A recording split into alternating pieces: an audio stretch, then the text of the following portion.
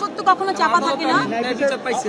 Definitely আদালত আমাকে ন্যায় বিচার দিয়েছে এবং সামনে আদালতের প্রতি ডেফিনেটলি আমি অনেক কৃতজ্ঞ। অ্যান্ড আদালতকে আমি সম্মান করি বলে আমি এখানে এসেছি বলে। অ্যান্ড আই হোপ সামনেও আমি ন্যায় বিচার পাবো, সবাই ন্যায় বিচার পাবে, কোনো ভেদাভেদ নেই। Thank you so much. এই বিষয়টার মাধ্যমে আপনার সম্মানহানি হচ্ছে এবং আমার অনেক সম্মানহানি হয়েছে। আমি একটা কথা বলতে চাই আজকে, যিনি আমার নামে এই কাজটা করেছে আমাকে হ্যারাস করার জন্য, তিনি একজন নারী। তার এবং তার স্বামীর ক্ষমতা দেখিয়ে আমার সাথে এটা করেছে এবং সে আমাকে অনেক ধরনের হুমকিও দিয়েছে। সেগুলো আমি সামনে হয়তো প্রদান করবো, আপনাদের সামনে জানাবো। কিন্তু একটা কথা বলতে চাই যে তারও একটা মেয়ে আছে। আজকে আমি 27,000 টাকা একটা শাড়ির জন্য আমি নাকি আত্মসাৎ করেছি। আমি 15 বছরের আমার ক্যারিয়ার, এটা আসলে কারো কিন্তু কাম্য না যে আমি একটা শাড়ির জন্য আদালতে আসবো, তাই না ভাইয়া?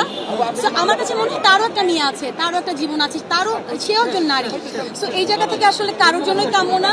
আর কেউ যাতে এভাবে হ্যারেস না করে, আমরা যাতে আইনের একটা ন্যায় বিচার পাই, এটাই আমার কাম্য।